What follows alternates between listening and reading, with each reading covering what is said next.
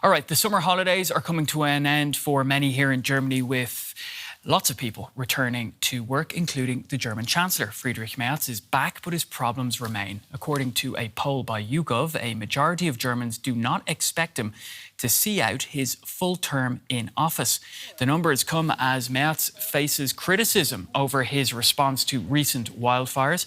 The German Chancellor has been battling record low approval ratings, while his conservative CDU party is trailing well behind the far-right Alternative for Germany party in national polls.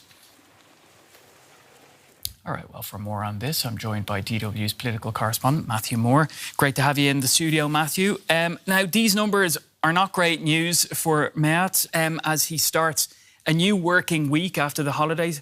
So what's going on? Yeah, the view that his days are numbered is obviously going to be a concern for Friedrich Merz, but I think it's worth just pulling out a bit. He's been Chancellor for 15 months. Part of the problem for Friedrich Merz is that he came in promising that people would feel differently about Germany in a matter of months. He set expectations rather high. He said we're going to get the country back on track. He promised to push through really important reforms in a number of areas for healthcare, for pensions and so on. And 50 months later, and we're still not seeing any of the results yet. We're seeing still unemployment is high at 6%. Pablo, we're seeing GDP is really still sluggish, 0.2%, 0.4% at the first half of this year. Every week now, new data, economic data or business data, companies having to cut thousands of jobs. And so Merz is struggling really to fulfil the promises that he made.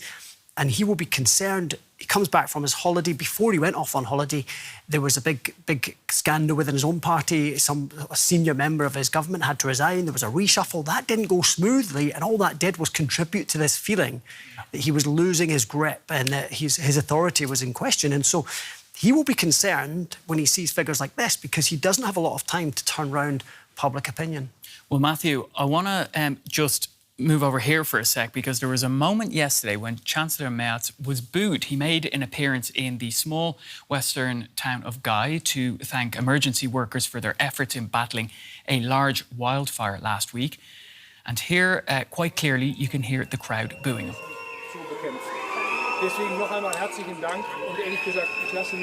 And bear in mind, this is a constituency that gave Merz's CDU party nearly 40% in the last election. So, Matthew, it's never nice being booed, to say the least. So, do we know why Chancellor Merz was actually booed in this instance? Yeah, it's never nice being booed, but certainly not on your first day back at the office. We don't know. I can't tell you all of the people that were protesting yesterday. I can't tell you their political persuasion. Were people holding signs, though, saying that they were criticising his inaction on climate change as they saw it. And so that speaks to actually part of the problem that Friedrich Merz has. On the one hand, he's got the Greens, the opposition on the left, saying you're not doing enough for one of the biggest issues of our time. They accuse him basically of watering down climate targets, of trying to delay the phasing out of the combustion car engine. On the other hand, he's getting it in the neck from the far right in Germany, who are saying that he is basically prioritising climate change and initiatives for climate change over the economy, and saying that he could be doing a lot more to turbocharge growth and to get Germany back on track. For example, they would like him to reopen the shut down nuclear power plants in Germany, something that he said he would be open to doing in the election, but hasn't done and won't do. So there you see that he's getting it from both ends of the political spectrum, and it's making it very hard for him to project the sense that he's doing a great job. Right, and we actually heard from the AfD leader, the Alternative for Germany far right. She was speaking on German public television. So let's take a listen. We will govern in the first federal states, not only in Saxony-Anhalt, Mecklenburg, Western Pomerania and Berlin. We will also govern at the federal level.